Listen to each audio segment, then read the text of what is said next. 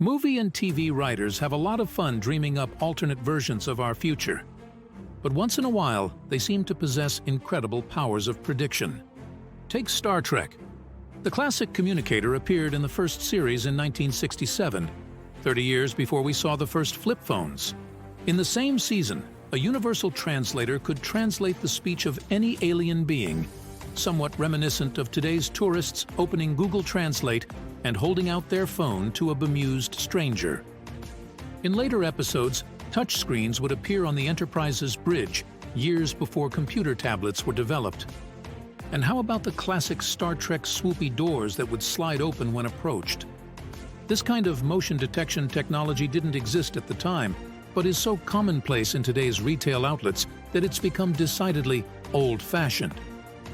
Not quite so old-fashioned are the video advertising billboards we see in most major cities, first witnessed lining the futuristic streets of Ridley Scott's 1982 iconic movie, Blade Runner.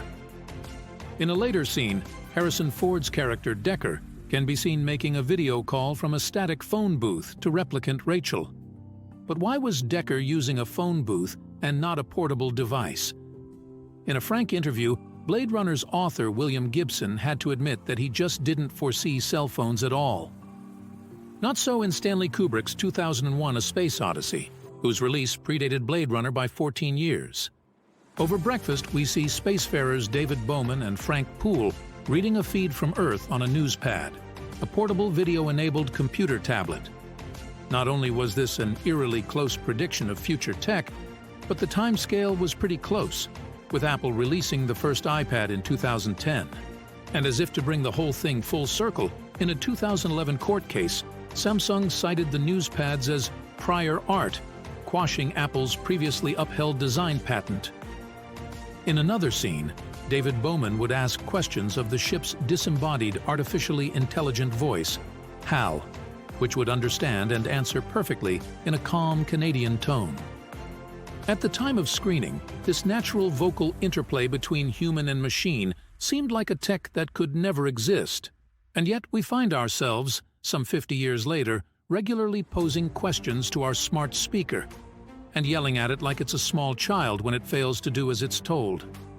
And speaking of smart speakers, in George Orwell's 1984, we're given glimpses of the dystopian Big Brother overlords installing listening devices inside people's homes without their consent.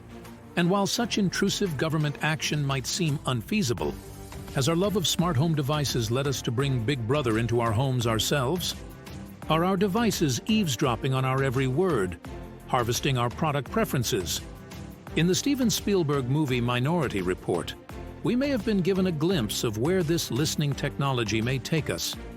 While attempting to evade capture through a futuristic subway, Tom Cruise is bombarded by personalized advertising from every surface that he passes. The road you're on, John Anderton, is the one less traveled. Try the new Lexus. While targeted advertising on social media is becoming increasingly intrusive, things haven't quite gone this far. Yet. On a lighter note, in the 1990s movie Total Recall, Arnie jumps into the back of a yellow taxicab, piloted by a chirpy robot. A cab that's a kind of fusion between a driverless car and an annoying sat-nav. And in 2004's iRobot, running close to the vision of Tesla today, the vehicle system is made entirely of perfectly synchronized automated cars. Back to 1990, where we find Warren Beatty's yellow trench coat wearing private detective Dick Tracey, communicating through a wrist-mounted watch.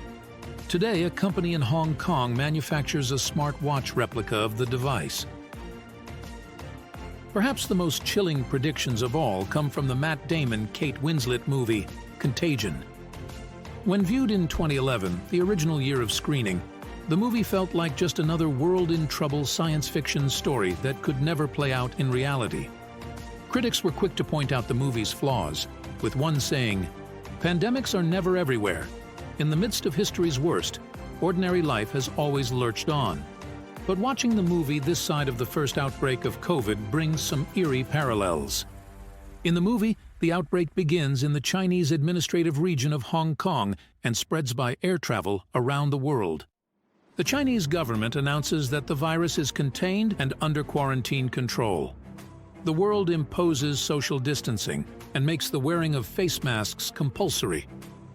As genetic mutations lead to new strains, Kate Winslet begins educating policymakers on R0.